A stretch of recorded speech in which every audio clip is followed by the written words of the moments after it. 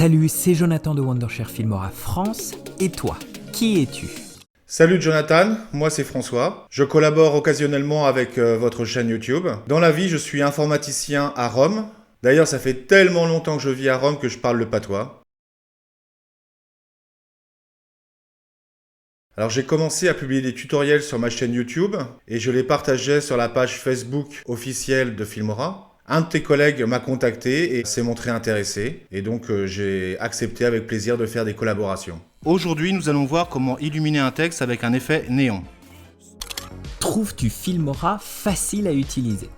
C'est un logiciel qui est à la fois simple d'utilisation et puissant. Et on arrive facilement à obtenir des résultats très satisfaisants. Et d'ailleurs, ça m'a tellement plu que j'ai commencé à publier des tutoriels là-dessus. Filmora X, effet téléphone. Allô? Ouais, Kinou, c'est moi. Je t'appelle au sujet d'un tutoriel Filmora X. Alors voilà, pour conclure, pour moi, Filmora est facile, est accessible aussi aux amateurs ainsi qu'aux professionnels dans une certaine mesure. Et donc pour moi, ça en faisait le produit parfait. Ma fonction préférée dans Filmora, je pense que ce sont les images clés, parce que ça donne une liberté de mouvement, ça permet de dynamiser notre montage.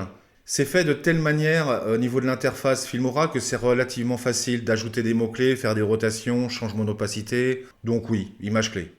À savoir que Filmora 11 donne maintenant la possibilité d'animer vos masques avec des images clés. Tu nous montres? Alors voyons ensemble comment créer une transition de ce genre avec la nouvelle version de Filmora. Donc on va déplacer les clips sur la timeline. Voilà, celle-là je la mets sur la deuxième piste. Ok. Je déplace la seconde en dessous.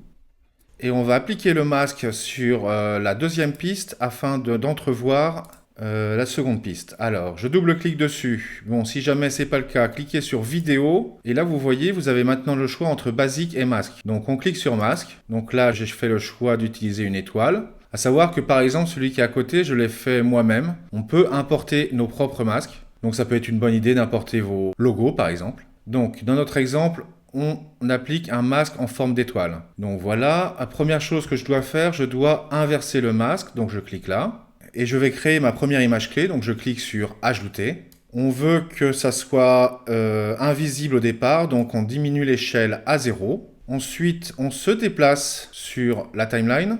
Le temps nécessaire pour notre transition. On clique de nouveau sur Ajouter. On augmente l'échelle au maximum. Et ça devrait être bon. Voyons ça ensemble. Alors une autre fonctionnalité qui me fait gagner beaucoup de temps, c'est l'atténuation audio. Alors comme je fais beaucoup de tutoriels, j'enregistre ma voix et parfois je mets de la musique en fond. Et s'il n'y avait pas cette fonctionnalité, je serais obligé à chaque fois d'ajouter des images clés un par un. Penses-tu qu'il manque une fonction dans Filmora? Ça serait bien que Filmora permette de diviser l'applicatif sur 2 écrans différents. S'il vous plaît. Surtout au niveau du confort visuel, ça serait intéressant, je pense. Es-tu abonné à notre chaîne YouTube? Tout à fait, d'ailleurs c'est probablement la première chose que j'ai faite après avoir installé Filmora. Nous allons produire beaucoup de tutoriels vous expliquant les nouveautés de la version 11 de Filmora, donc abonnez-vous. Allez, à bientôt j'espère, et ciao ciao!